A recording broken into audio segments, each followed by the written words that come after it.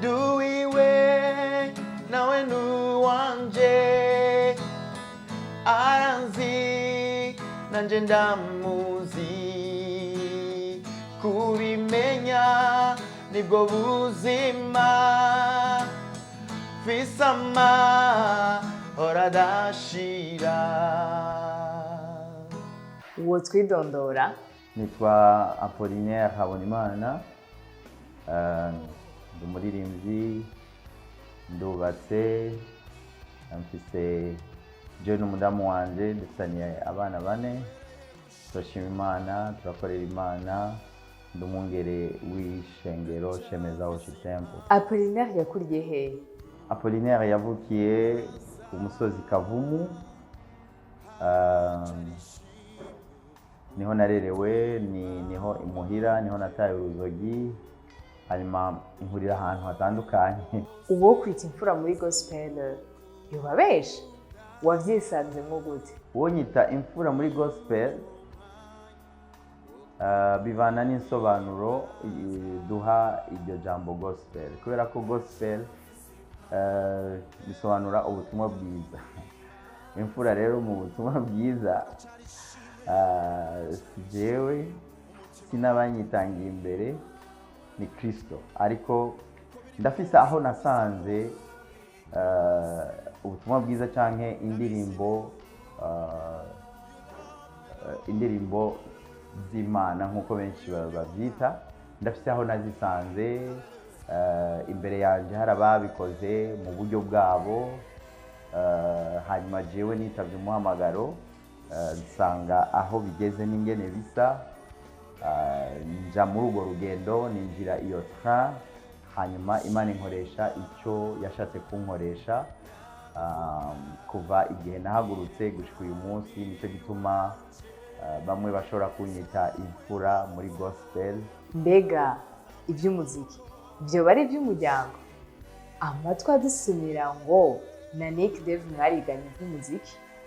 Nick Dave namwigiye ko ibitari bike, kubera ko ni umwe mu bantu Imana yashize ku nzira yanje, yakabuye ingabire y'umuziki yari isanzwe indimwo, menya mbona iyindi approche y'umuziki n'uburyo bwo kuririmba, aranyigisha, kuko mu ndirimbo zimwe yandika yaranyigishije, yarazinyigisha, hanyuma nkaba muri timu yiwe.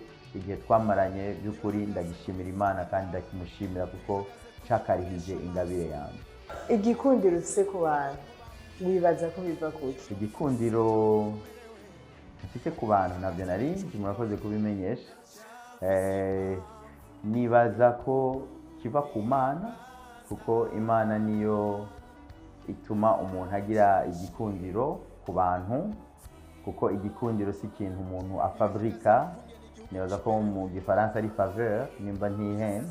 Umugwi Shemeza Music vyagenze gute ngo mutorane? Shemeza Music yavutse mu ciyumviro c'ingabire zari zimaze kuja ahabona, kuja ku mugaragaro, hanyuma tuja hamwe n'abantu bari banyegereye, bakwaya bizera ico bamaze kubona Imana yanshizemwo, hanyuma havuka icyo ciyumviro cyo kugira umugwi uhurira kuri uko kuririmba n'ivugabutumwa, dukoresheje iyo uti.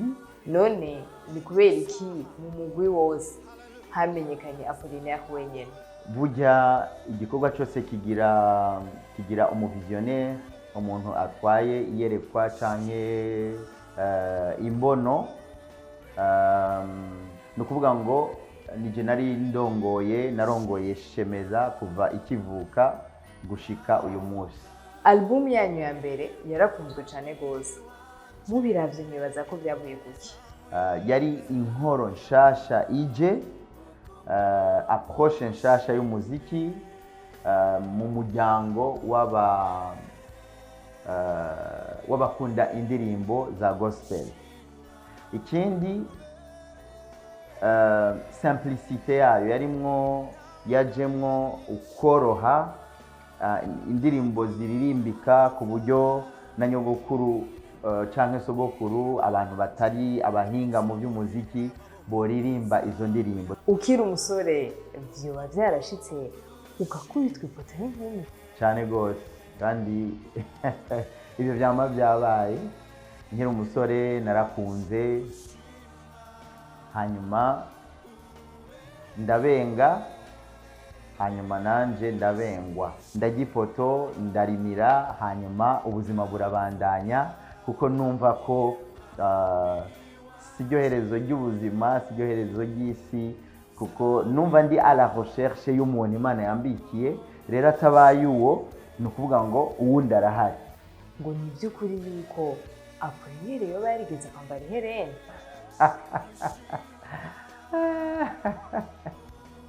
uzi igituma ntwenze, nubwo murabona ministere yose cyangwa umuhamagaro wose urahura n'intambamyi. Muri parcours yanje rero yo gukorera Imana no gukura, umuntu aravuka agakura, niko umuntu iyo yitavye umuhamagaro aragira ibyo acamwo. Rero harashitse ahantu mu buzima bwa parcours yanje y'umuhamagaro no gukorera Imana haraba ingorane muri eglise imwe muyo nakoreramwo, habaye kutumvikana, ndakinjura. Hanyuma muri izo ntambara rero habamwo kuvuga ko naguye, nambaye amahereni, nashizemo produit. By'ukuri ibyo bintu byose iyo biba byarabaye nabyo ni ibintu biba bifise intumbero yo gushira umuntu hasi, kubera ko muri communauté y'abakizwa biba ari ibintu bitemewe, na cyane cyane ku muhungu. Rero byavuzwe kuri jewe muri sense yo kungwanya, bifatiye ku ntambara z'ishengero zari zibaye icyo gihe. Ariko by'ukuri ibyo bintu ntibyigeze bimbako gushyiramo produit, kwambara amahereni canke kwiyambiza. Hari ikindi utavuze kijanye no kwiyambiza. Nari nsanzwe mfise akayobe. Rero hari igihe umuntu yugama izuba cyane, akayobe kagaseruka kurusha iyo ubaye expose ku zuba. Ibyo rero byaravuzwe, ariko nabyo sinabifatiye umwanya, kubera ko byari bijyanye n'intambara. mwamenyanye gute n'umupfasoni wawe? Maze kugipoto nk'uko twabivuze ubwa mbere, naratekanye. Maze gutekana nongera ndasenga Imana, ndavuga nti jewe ndi tayari vraiment, numva hageze. Rero bimaze kwanka ndatekana, ndavuga nti ibyo byose Uwimana yambikiye arahari. Icaje kuntangaza rero nuko nasanze ari umwe mubo narengana hafi y'iwanje, kuko nari ndamurongoye muri kohari, ariko icyo gihe sinamubona. Maze gutekana rero, Imana inyugurura amaso, ndamubona, ndaba interesse, ndamwegera, mvuga ijambo nyene ry'umusore ageze, basi arakira ijambo ryanje, igisabo canje. Munyuma aramenyesha uko bishoboka, kuko bama nari nabisenge kandi narumva ko hageze. Igihe uva muri Eglise Vivante byarababaje abantu atari bake, wabyifashemo gute? Hari ibintu bishika mu buzima usanga ata kindi wobikorera, ni situation yabaye, yari ihagaze canke yari itumwe n'ihinduka ry'ivyari bibaye mu gikorwa muri Eglise Vivante nakoreye kuva mu buto bwanje kandi nezerewe. Hanyuma habaye changement kubera urupfu rwa nyakwigendera Pasteur David Ndaruhutse, ari nawe yari fondateur wa Eglise Vivante na Ministère du Réveil. Amaze gutahuka, habaye ibihuhusi muri Eglise. Ibyo bihuhusi rero byatumye bamwe tuva muri eglise tubivamwo vraiment tutabishaka kubera ko twabaye oblige kubera ko hari habaye iyo situation. Muri Life Center ho byagenze gute? Muri Life Center naho nahaboneye umugisha, ni igikorwa twatanguye inyuma y'imyaka 14 Imana yambwiye ko mission yanje muri Life Center iheze. Nico rero abantu batatahuye kandi kitari kimenyerewe kuko abantu bamenyereye ko abantu bavana ari uko habaye intambara babanje kugwana, ariko jewe Imana yaranganirije irambwira ko mission yanje igihe cyane cyo kuba muri Life Center kirangiye. Hanyuma turaganira nabo twakorana, madame wanje turabyemeranya, turabisengera, twumva koko ni igihe kigeze. Hanyuma dutangura urugendo rwa transition, ingene bene ivyo bintu bibaye bigenda gute. Kuririmba no kuba umuvugabutumwa ubitunganya gute? Amajambo ndirimba mu ndirimbo nandika ni ijambo ry'Imana, si ibintu by'ivyiyumviro biraho mfata minenerwe bihagaze kuri inspiration gusa y'umu artiste, ariko source y'amajambo ndirimba mu ndirimbo nandika ni ijambo ry'Imana. No kuvuga rero iyo bibaye ngombwa ko ntegura message yo kuvuga ubutumwa butarimo melody y'indirimbo biguma binyoroheye. Concert ya mbere utazopfa wibagiye? Concert ya mbere twakoze muri Odeon, icyitwa Odeon Palace.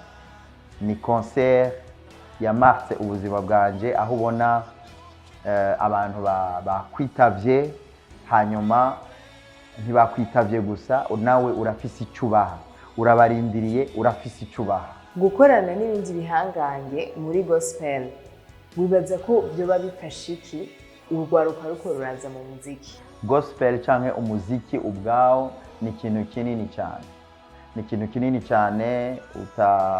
Udashika ahantu ngo uvuge ngo jewe narahejeje, ngo abantu bose nibandabe, nibyo mfise ibyo gutanga. Nico gituma kimwe mu byamfashije nshimira Imana, kandi mbona n'abandi bariko barabikurikiza no gushika ahantu buguti. Ibyo ari byo byose ndacakeneye inspiration, ndacakeneye kwigira ku bandi, ndacakeneye gufatanya n'abandi bafise ubundi buhinga, bafise ubundi bumenyi, bariko bakora ibintu bisa n'ibyo nanje ndimwo, me bafise ibindi birungo. Mu bana bawe hari uwo bayatoranya impano nk'iyawe? Mu rubyaro rwanje kera ni ukuvuga ngo hakiri kare. Ubu deja umwana w'imfura yacu ni umubatteur, aramaze no kugira utugigs dutandukanye. Ni umubatteur, ni umupianiste. Hanyuma abandi bamukurikira, abandi bahungu babiri bamukurikira, nabo barakunda ingoma, bakunda no kuririmba, nabo bariga piano. Umukobwa ariwe mutonyi wabo nawe n'umuririmbyi akunda kuririmba, nawe ariko ariga piano. Gospel y'ino myaka uyibona gute? Namye nifuza, namye mfise susi kandi n'ubu ndayifise yo kubona iyi generation ija kuri vitesse isumba iyo twebwe twahagurutseko. Ikwiye kubandanya ari gospel, ariko kandi ikamenya ko iri muri contexte y'igihugu cy'u Burundi. No kuvuga ngo ururimi rw'ikirundi rukwiye kwitwararikwa muri iyi evolution, muri iri terambere rya gospel. Izindi ndimi ntituba tuzanse, ariko urufatiro n'ibikwiye kwitabwaho ubwa mbere ni ururimi, kubera ko izo ndirimbo ziririmbirwa mu Burundi, zikaririmbirwa abarundi. Abakunzi bawe twitege iki? Abakunzi banje bitege ibintu bishasha pe, ibintu bishasha. Ndazi ko bamwe iyo duhuye bambaza ngo nta bishasha. Nkuko mumaze imisi muvyumva, hari igikorwa kidasanzwe kiriko kirabategurirwa cyitwa Festival Burundi Himbaza.